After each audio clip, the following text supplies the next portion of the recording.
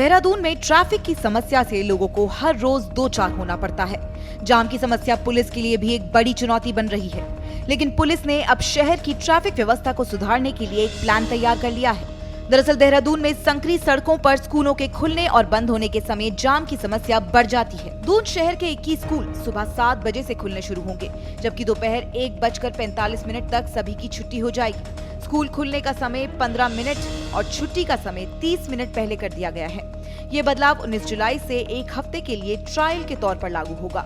इस नई टाइमिंग के दायरे में 26,500 से ज्यादा छात्र आ रहे हैं। इसके लिए 5 जोन बनाए गए हैं और सभी जोनों के स्कूलों के खुलने और छुट्टी की टाइमिंग में बदलाव किया गया है। इस मुद्दे पर देहरादून के एसएसपी अजय सिंह से हमारे संवाददाता रजनीश दीक्षित ने खास बातचीत की। नमस्कार, मैं हूँ रजनीश दीक्षित, आप देख रहे हैं श्रेष्ठ उत्तराखंड। आज हम बात करेंगे देहरादून जो जाम से करा रहा है, खासकर जो पीक आवर्स हैं दोपहर से लेकर शाम तक, उसको राहत दिलाने के लिए देहरादून पुलिस एक अभिनव प्रयोग करने जा रही है, जिसके तहत होना ये है कि जो स्कूल की टाइमिंग है उसके साथ एक नया एक्सपेरिमेंट करने जा रही है ट्रैफिक व्यवस्था को लेकर। तो जो इसी मुद्दे पर बातचीत करने के लिए एसएसपी देहरादून अजय सिंह हमारे साथ मौजूद हैं। सर, बहुत बहुत स्वागत है आपका श्रेष्ठ उत्तराखंड। शुक्रिया सर, क्या अभिनव प्रयोग है इस ट्रैफिक को लेकर आप लोग करने जा रहे हैं? देखिए, जो ट्रैफिक व्यवस्था है, जैसा आप देख रहे हैं कि हमारा जो प्रदेश है वो टूरिस्ट प्रधान प्रदेश है और खासकर देखेंगे अभी बहुत सारी यात्राएं यहाँ पर होती हैं। अभी चार धाम की यात्रा है, बहुत सारे टूरिस्ट वैसे भी आते हैं जो चार धाम में भी जाते हैं, मसूरी भी जाएंगे, धनौल्टी भी जाते हैं, और वो सभी मार्ग जो है देहरादून होकर जाता है। खासकर ऋषिकेश के ऊपर भी जितने लोग जाएंगे, तो ओवरऑल अगर सिटी की व्यवस्था को देखते हैं हम, तो बहुत सारा, चूंकि एजुकेशनल हब रहा है देहरादून, और यहाँ पर आज से नहीं तो सालों से स्कूल खुले हैं और लोग अपने बच्चों को पढ़ाने भी आते हैं। तो ऐसे स्कूल बहुत पुराने जो स्टैब्लिश हैं, 50-50 सालों से स्टैब्लिश हैं, बहुत सारे नए स्कूल भी 15-20 सालों में खुले हैं। तो एजुकेशनल हब होने के कारण यहाँ पर जो है स्कूल की कंसंट्रेशन ज़्यादा है, खासकर सिटी में भी है, आउटर एरियाज में भी है। और इसको देखते हुए जब स्कूल की टाइमिंग, चूंकि स्कूल ही निर्धारित करता है, तो जनरली जो टाइमिंग होती है स्कूल की ऑलमोस्ट सेम ही रहती है सब जगह। तो ये देखा गया कि जब स्कूल की छुट्टियां होती थी, आते वक्त तो लोग अलग अलग समय में आते हैं तो वो डिफरेंस हो जाता है, लेकिन जाते में जैसी छुट्टी होती है, और यहाँ पर एक कल्चर हो रहा है कि पेरेंट्स ज़्यादा अपने बच्चों को ज़्यादा पिकअप ड्रॉप करते हैं।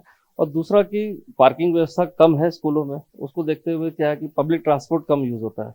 पब्लिक ट्रांसपोर्ट अगर कम यूज़ होता है तो बच्चे, सभी के पेरेंट्स जो है वो नॉर्मली अपने व्हीकल से जाते हैं। और खासकर जैसे आप भी देख रहे हैं बारिश का सीजन है, तो सब लोग कोशिश करते हैं कि कार से ही ट्रैवल करें। तो हाल फिलहाल ये चीज़ देखी जा रही है कि बारिश के कारण टूरिस्ट का ज़्यादा आना जाना, और आमजन जो है जिसको उन रास्तों से जाना होता है खासकर, वो कहीं ना कहीं बाधित होते हैं।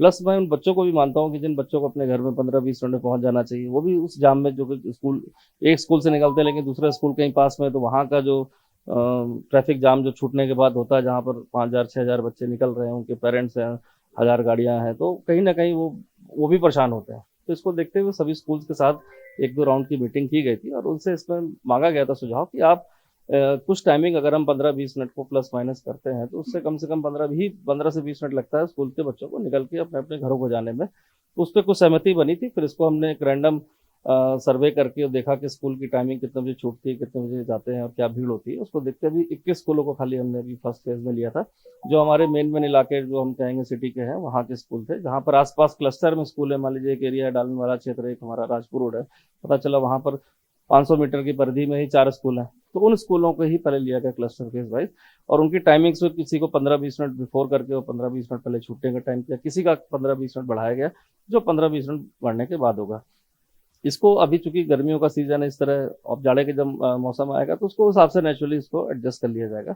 इसमें सभी स्कूल के द्वारा अभी कहीं कोई ऑब्जेक्शन के लिए भी हमने इसको सर्कुलेट करा था, जिलाधिकारी जी के माध्यम से हमने कहा था, डिस्ट्रिक्ट एजुकेशन ऑफिसर है, वो सभी स्कूल को भेज दे पत्र, अगर किसी को कहीं कोई असहमति हो या कोई दिक्कत है तो जिससे कि उसका भी हम समाधान कर ले। तो अभी तक किसी भी स्कूल द्वारा इसमें असहमति नहीं की गई। एक स्कूल का कोई परीक्षा चल रही, तो वो 22 तारीख से उन्होंने कहा है कि इसको हम इम्प्लीमेंट कर देंगे। तो देखा जाए कंसेंसस भी है, और नेचुरली जब हम कोई नई चीज़ करते हैं तो कहीं ना कहीं जो सिस्टम में पेरेंट्स हो या बच्चे हैं, एक हैबिट बनी होती है स्कूल जाने की, टाइमिंग की, उसमें कहीं ना कहीं शुरुआत में दिक्कत आती है। लेकिन मुझे लगता है कि ये व्यवस्था उनकी ज़्यादा बेहतर के लिए है, चूँकि जो टाइमिंग छुट्टी के बाद जो उनको अपने घर पहुँचने में लगता है, वो भी कहीं ना कहीं कम होगा। तो थोड़ी असुविधा लार्जर इंटरेस्ट में देखा जाए तो ज़्यादा हितकारी होगी, ऐसा मेरा विश्वास है।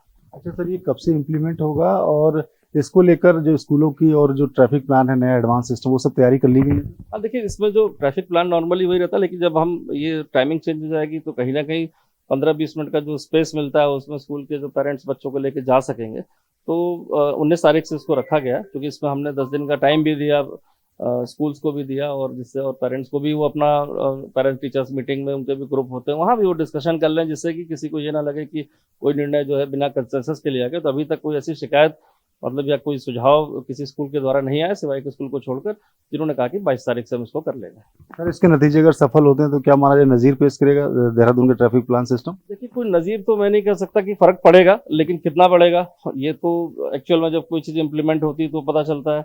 हाँ, अगर इसका कुछ भी फर्क पड़ता है, मैं कहता हूँ 20-30-40% भी फर्क पड़ता है इसका, तो नेचुरल सी बात है, जो और हमारे स्कूल्स हैं इस तरह के, वहाँ भी हम उनको कंसेंसस बनाकर इसको प्रारंभ कर सकते हैं। धन्यवाद। तो ये थे हमारे साथ एसएसपी देहरादून अजय कुमार सिंह, जो बता रहे थे कि जो तैयारियां हैं वो लगभग मुकम्मल की जा चुकी हैं, और ट्रैफिक को लेकर जो एडवांस प्लान सिस्टम डेवलप किया गया है, ये पहली बार ऐसा अभिनव प्रयोग होने जा रहा है, और इसकी सफलता इसके बाद के फिर तय करेगी कि अब पूरे देहरादून में शामिल होगा। अभी तो क्लस्टर के रूप में इसको फर्स्ट फेज में 19 तारीख को लागू किया जाएगा। कैमरामैन पंकज तलवार के साथ मैं रजनीश दीक्षित, देहरादून।